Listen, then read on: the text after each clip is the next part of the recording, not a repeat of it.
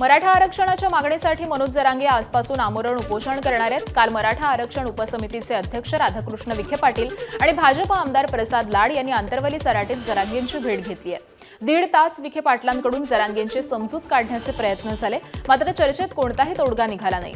मनोज जरांगे आपल्या मागण्यांवरती ठाम असून आजपासून उपोषण करणारच असा निर्धार त्यांनी केलाय। तसंच सरकारला आता वेळ देणार नसल्याचं देखील जरांगेंनी स्पष्ट केलंय। ते आता मुख्यमंत्र्यांना विचारणार आहेत, ते सचिवांना विचारणार आहेत आणि नंतरच सांगणार आहेत। पहिल्यांदा तसं नव्हतं वाटतं, डायरेक्ट तेच सांगायचे हे करू ते करू। आंदोलन उन्हात होणार आणि कठोर आमरण उपोषणच होणार। ते आले, त्यांनी काही गोष्टी सांगितल्या, ते नंतरचा माघार नाही। मला वाटतंय तशा अंमलबजावणीच्या सूचना 100% असतील नसता ते मागं गेले नसते।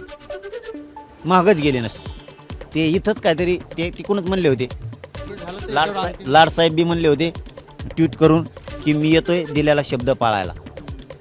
विखे साहेब बी म्हणले होते मी जो त्यांचा गैरसमज झाला तो काढायला येतोय। त्या अर्थी ते काढून म्हणले असते आमची त्यांनी काय होत नाही, तुमचं आंदोलन तुम्ही। ज्या अर्थी ते म्हणले तर आम्ही सगळा विचार करून माघारी येतो, त्या अर्थी ते तोडगा चांगला काढतील असं वाटतंय। मराठा आरक्षणाच्या मागण्यांवर सरकार आणि मनोज जरांगे पाटील यांच्यातील चर्चेनंतर तोडगा निघण्याची शक्यता निर्माण झाली आहे। मंत्री राधाकृष्ण विखे पाटील यांनी रात्री उशिरा प्रतिक्रिया देताना जरांगे पाटील यांनी केलेल्या मागण्यांचं पत्र शहराध्यक्ष किशोर शितोळे आज सकाळी अंतरवली सराटीमध्ये घेऊन जाणार असल्याचं सांगितलेलं आहे। तसंच हैदराबाद गॅझेटचा GR लागू करण्याची मुख्य मागणीची प्रक्रिया ही सुरू असल्याचंही विखे पाटलांनी म्हटलंय। त्यामुळे या प्रश्नावरती मार्ग निघेल अशी आशा त्यांनी व्यक्त केली आहे। त्यांनी ज्या काही आमच्यासमोर मागण्या मांडलेल्या होत्या त्याची एक सविस्तर माहिती घेऊन आम्ही त्या ठिकाणी काही न पाठवू, आम्ही आमच्या अध्यक्षांना पाठवतोय। प्रत्येक जिल्हाधिकारी कार्यालयामध्ये एक हेल्पलाईन आम्ही कार्यरत करायला सांगितली आहे। सामान्य नागरिकाला दाखल्यासंदर्भात त्या संदर्भात काही जरी वाटलं तर त्यांनी त्या हेल्पलाईन नंबरला ताबडतोब फोन करायचा आणि त्या आम्ही कार्यवाही करू। आणि मग ही वसगती जर दूर झाली तर मला वाटतं हैदराबाद गॅजेटच्या अंमलबजावणी करण्यामध्ये त्याला गती येईल। मला वाटतं तीच त्याची मुख्य मागणी आहे, आपण ती पूर्ण करतो। तोडगा असं वाटतं म्हणजे आम्ही आशावादी आहोत। महायुतीत विधान परिषदेच्या 17 जागांचं वाटप जवळपास निश्चित असल्याचं कळतंय। महायुतीत भाजप 10 ते 11 जागा, शिवसेना 4 किंवा 5 तर राष्ट्रवादीला 2 जागा मिळणार असल्याची माहिती सूत्रांनी दिली आहे। मात्र छत्रपती संभाजीनगरच्या जागेचा तिढा अद्यापही सुटलेला नाहीये। ही जागा परंपरागत शिवसेनेची आहे, म्हणून ती आम्हाला मिळावी अशी भूमिका शिवसेनेची आहे। तर स्थानिक स्वराज्य संस्थांच्या निकालानंतर भाजपचं संख्याबळ वाढलंय, त्यामुळे ही जागा आम्हालाच मिळावी असा भाजपचा आग्रह आहे। हा तिढा अजूनही कायम असल्यानं जागा वाटपाच्या घोषणेला विलंब होतोय। तर या जागा वाटपात ठाणे, यवतमाळ, नाशिक, परभणी, हिंगोलीची जागा शिवसेनेच्या वाट्याला येणार आहे, तर पुणे आणि कोकणाची जागा राष्ट्रवादीला मिळणार आहे। विधान परिषदेसाठी महायुतीचं समीकरण जवळपास पक्क झालेलं असलं तरी राष्ट्रवादी मात्र 3 जागांसाठी आग्रही आहे। राष्ट्रवादीच्या बैठकीत 3 जागांबाबत चर्चा झाली आहे। त्यानुसार पक्षाला पुणे, रायगड, परभणीची जागा मिळावी असं बैठकीमध्ये सूर होता। आता उपमुख्यमंत्री सुनेत्रा पवार याबाबत मुख्यमंत्री देवेंद्र फडणवीसांसोबत चर्चा करणार आहेत आणि त्यानंतर अंतिम निर्णय घेणार आहेत। महायुतीतील प्रमुख घटक पक्ष असलेला भारतीय जनता पक्ष कुठल्या जागांवरती लढेल, आदरणीय शिंदे साहेबांच्या नेतृत्वाखालचा शिवसेना कुठल्या जागांवरती लढेल, राष्ट्रवादी काँग्रेस पक्ष कुठे लढेल याची स्पष्टता उद्या दुपारपर्यंत त्या ठिकाणी निश्चितपणाने येईल। राष्ट्रवादी काँग्रेस पक्षाला किती जागा हव्या आहेत या संदर्भातली मांडणी आमच्या अध्यक्ष सुनेत्रा बहिणींनी मुख्यमंत्र्यांच्याकडे दिलेली त्या ठिकाणी आहे। आम्हाला सर्वांनाच जाणीव आहे की 1 तारखेला अर्ज भरण्याचा शेवटचा दिवस आहे।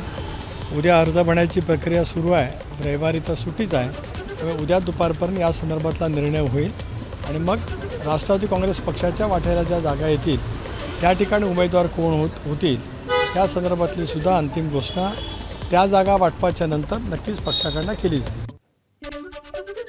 महाविकास आघाडीचा विधान परिषद निवडणुकीचा तिढा सुटलेला असून कोणता पक्ष कोणत्या मतदारसंघात उमेदवार उतरवणार याची घोषणाही करण्यात आली। एकूण 17 मतदारसंघांपैकी काँग्रेसच्या वाट्याला 8, ठाकरेंच्या शिवसेनेला 4 तर राष्ट्रवादी काँग्रेस शरदचंद्र पवार पक्षाला 3 जागा मिळाल्यात। 2 जागांवरती अद्यापही तिढा कायम आहे। विधान परिषद निवडणुकीवरती चर्चा करण्यासाठी शुक्रवारी मुंबईत तिन्ही पक्षांच्या नेत्यांची बैठक झाली। त्यानंतर काँग्रेसचे प्रदेश अध्यक्ष हर्षवर्धन सपकाळ यांनी जागा वाटपाचा फॉर्म्युला जाहीर केला. एकूण 17 पैकी 15 जागांचा तिढा सुटलेला असून नांदेड आणि नाशिक या 2 जागांबाबत अद्याप चर्चा सुरू असल्याचं सपकाळ म्हणाले. काँग्रेस ह्या 8 ठिकाणी तर युबीटी शिवसेना जी आहे ह्या 4 ठिकाणी लढत असून 3 ठिकाणी राष्ट्रवादी काँग्रेस ही लढत आहे. महाविकास आघाडीने विधान परिषदेच्या सर्व जागा लढवण्याचं ठरवलेलं असलं तरी शिवसेना ठाकरे पक्षाचे खासदार संजय राऊतांनी मात्र निवडणुकीमध्ये पुरेसं संख्याबळ महाविकास आघाडीकडे नसल्याचं कबूल केलंय. त्यावरती भाजपचे प्रवक्ते नवनाथ बन यांनी ही प्रतिक्रिया दिली आहे. अनेक स्थानिक स्वराज्य संस्थांच्या मतदारसंघामध्ये आमच्याकडे तेवढं पुरेसं म्हणण्यापेक्षा खूपच कमी असं मतदान असल्यामुळे त्या जागांमध्ये का लक्ष घालायचं अशी आमच्याकडे चर्चा झाली. पण हे 4-5 जे मतदारसंघ आहेत मला मी सांगितले त्याच्यावरती कोणी काय लढावं कसं लढावं याच्यावर चर्चा सुरू आहे. विधान परिषदेच्या निवडणुकीमध्ये आपलं अस्तित्व संपलेलं आहे हे संजय राऊतांनी मान्य केलं, त्याबद्दल त्यांचं मनापासून अभिनंदन. ज्या पद्धतीनं महाराष्ट्रातल्या जनतेनं महापालिका जिल्हा परिषदेच्या निवडणुकीमध्ये तुम्हाला भोपळा दिलाय, आता हा भोपळा मिळाला आणि या भोपळा हाती घेऊन आता काही होणार नाही हे एक प्रकारे संजय राऊतांनी मान्य केलंय. ठाकरेंच्या शिवसेनेकडून विधान परिषदेचा पहिला उमेदवार जाहीर करण्यात आलाय. कोकणातून बाळा माने यांना विधान परिषदेची उमेदवारी देण्यात आलेली असून ते आज आपला अर्जही दाखल करणार आहेत. मातोश्रीवरून उमेदवारी अर्ज स्वीकारल्यानंतर बाळा माने सिद्धिविनायक मंदिरात दर्शनासाठीही आलेले होते आणि या घोषणेनंतर राजकीय वर्तुळात या उमेदवाराची चर्चा सुरू झाली आहे. मला खात्री आणि मला विश्वास आहे की गेली 10-15 वर्ष स्थानिक स्वराज्य संस्थेचे जे आमदार निवडून जातात ते निवडणुकीच्या मतदानाच्या पुरतेच त्या सदस्यांना भेटत असतात. परंतु आज जिल्हा परिषदा असतील, महानगरपालिका पनवेल आहे, सर्व पंचायत समिती आहे, जिल्हा परिषद आहे, नगरपालिका, नगरपंचायती याच्यामध्ये खूप मोठ्या प्रमाणात अनास्था आहे आणि त्यांच्या समस्या खूप मोठ्या प्रमाणाच्या सुटल्या आज नाही आहेत. त्यामुळे लोकप्रतिनिधींमध्ये असंतोष आहे आणि त्यामुळे खात्रीने मला विश्वास आहे की उद्धवसाहेब ठाकरे आणि महाविकास आघाडीच्या नेत्यांनी दिलेला विश्वास मी सार्थ करेन. महायुतीत रायगड, रत्नागिरी, सिंधुदुर्ग विधान परिषद जागेची अधिकृत घोषणा होण्यापूर्वीच तटकरे कुटुंबाची हालचाल सुरू झाल्याची चर्चा आहे. निवडणुकीच्या पार्श्वभूमीवरती उद्या सुतारवाडी इथं महत्त्वाची बैठक आयोजित करण्यात आली आहे. या बैठकीसाठी रायगड जिल्ह्यातील प्रदेश पदाधिकारी, प्रतिनिधी, जिल्हा आणि तालुका प्रवक्ते, जिल्हा कार्यकारिणी सदस्य, जिल्हा परिषद सदस्य, पंचायत समिती सदस्य आणि नगरपालिका पदाधिकाऱ्यांना निमंत्रण देण्यात आलंय. उद्या सकाळी 10 वाजता ही बैठक होणार असून विधान परिषद निवडणुकीच्या रणनीतीवरती चर्चा होण्याची शक्यता आहे. मुंबईत वायबी चव्हाण सेंटर इथं सुप्रिया सुळे आणि प्राजक्त तनपुरे यांच्यात 10 मिनिटं चर्चा झाल्याची माहिती आहे. या भेटीमध्ये प्राजक्त तनपुरे यांनी आपण भाजपमध्ये प्रवेश करणार असल्याची माहिती सुप्रिया सुळे यांना दिल्याचं समजतंय. तसंच पक्षाकडून आतापर्यंत मिळालेल्या संधीबाबत तनपुरे यांनी सुप्रिया सुळे यांचे आभार मानल्याचीही सूत्रांकडून माहिती मिळते. विधान परिषद निवडणुकीच्या तोंडावरती महाविकास आघाडीला अहिल्यानगर जिल्ह्यात मोठा धक्का बसलाय. राष्ट्रवादी काँग्रेस शरदचंद्र पवार पक्षाचे माजी राज्यमंत्री प्राजक्त तनपुरे आज दुपारी 3 वाजता भाजपमध्ये जाहीर प्रवेश करणार आहेत. प्रदेशाध्यक्ष रवींद्र चव्हाण यांच्या उपस्थितीत हा पक्षप्रवेश सोहळा संपन्न होणार आहे. तर अहिल्यानगर स्थानिक स्वराज्य संस्था मतदारसंघामधून तनपुरे यांना भाजपची उमेदवारी मिळणार असल्याची माहिती सूत्रांनी दिली आहे. 1 जूनला उमेदवारी अर्ज भरण्याची अंतिम मुदत आहे. दरम्यान राहुरी विधानसभा पोटनिवडणुकीमधून माघार घेतल्यानंतर त्यांच्या राजकीय भूमिकेबाबत सुरू असलेल्या चर्चांवरती या प्रवेशामुळे शिक्कामोर्तब झालाय. सांगली सातारा विधान परिषद निवडणुकीमध्ये रंगत वाढण्याची चिन्ह आहेत. आटपाडी तालुक्यामध्ये एकनाथ शिंदेंच्या शिवसेनेतील मानले जाणारे नेते तानाजी पाटील आज सकाळी 11 वाजता उमेदवारी अर्ज दाखल करणार आहेत. काही दिवसांपूर्वी तानाजी पाटील आणि खानापूर आटपाडीचे आमदार सुहास बाबर यांनी उपमुख्यमंत्री एकनाथ शिंदे यांची भेट घेऊन उमेदवारीबाबत चर्चा केली होती.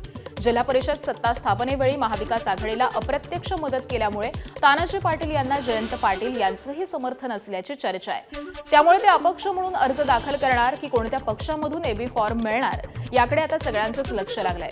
दरम्यान भाजप आणि शरद पवारांच्या राष्ट्रवादीकडून देखील उमेदवारी जाहीर होण्याची शक्यता असल्यामुळे ही निवडणूक तिरंगी होणार का याचीही उत्सुकता वाढली आहे. सोलापूर विधान परिषद निवडणुकीसाठी पहिला अर्ज दाखल झालाय. शिवसेनेचे मोहोळचे माजी नगराध्यक्ष रमेश बारसकरांनी उमेदवारी अर्ज भरलाय. सोलापूरच्या स्थानिक स्वराज्य संस्थेत भाजप सर्वात मोठा पक्ष असतानाही शिवसेनेकडून अर्ज दाखल केल्यामुळे महायुतीत खळबळ उडाली आहे. भाजपचे नेते शिवसेनेला सवतीची वागणूक देतात असा आरोप देखील बारसकरांनी केलाय. मात्र आता यानंतर भाजप काय भूमिका घेणार हे देखील पाहावं लागेल. विधान परिषदेच्या यवतमाळ स्थानिक स्वराज्य संस्था मतदारसंघ निवडणुकीसाठी नामनिर्देशन पत्र दाखल करायला फक्त 3 ते 4 दिवस उरलेत. पण महायुती आणि महाविकास आघाडीचे उमेदवार अजूनही ठरलेले नाहीयेत.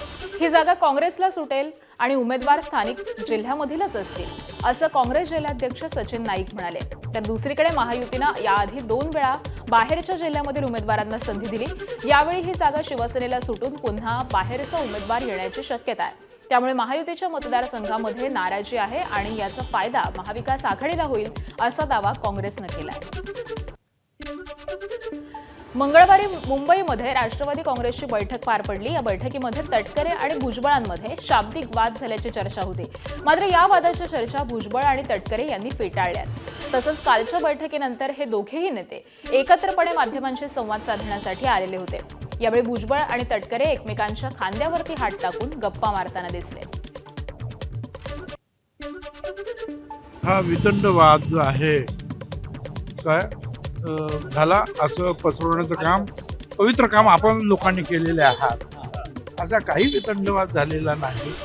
काय एक कोण जरा जास्त बोललं तुम्ही थांब तर आता लवकर आठव, तसंच असते.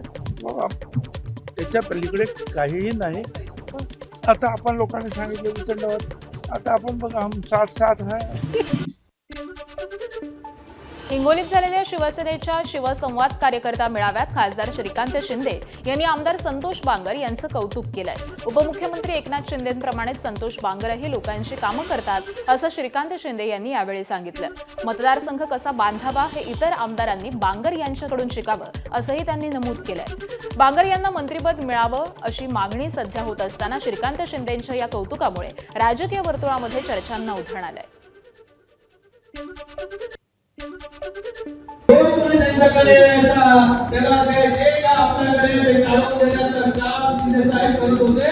आणि आज मी संतोष बांगर यांना या ठिकाणी पाहतो की जो कोणी व्यक्ती येतो त्याला थेट सरळ हाताने मदत करण्याचं काम जे आहे हे संतोष बांगर करतात. या दानाचे दारच पैसे सगळ्यांकडे असतात, पण दारच देण्याची लागते. ही दारच शिंदे साहेबांमध्ये आहे, ती दारच जी आहे त्याच्या कार्यकर्त्यांमध्ये देखील आहे. मी बघत होतो पुस्तक मीडियावर. बीड जिल्ह्याच्या दौऱ्यावरती असलेल्या शिवसेना नेते खासदार श्रीकांत शिंदे यांना काळ्या झेंड्यांचा सामना करावा लागलाय. पाटोदा शहरात ताफा दाखल होताच 2 व्यक्तींनी काळे झेंडे दाखवून निषेध नोंदवला. वाढत्या महागाईच्या विरोधात हे आंदोलन करण्यात आल्याची माहिती आहे. यावेळी खासदार श्रीकांत शिंदे यांच्यासोबत मंत्री भरतशेठ गोगावले आणि खासदार संदीपान भुमरे हे देखील उपस्थित होते. एबीपी माझा, उघडा डोळे बघा नीट.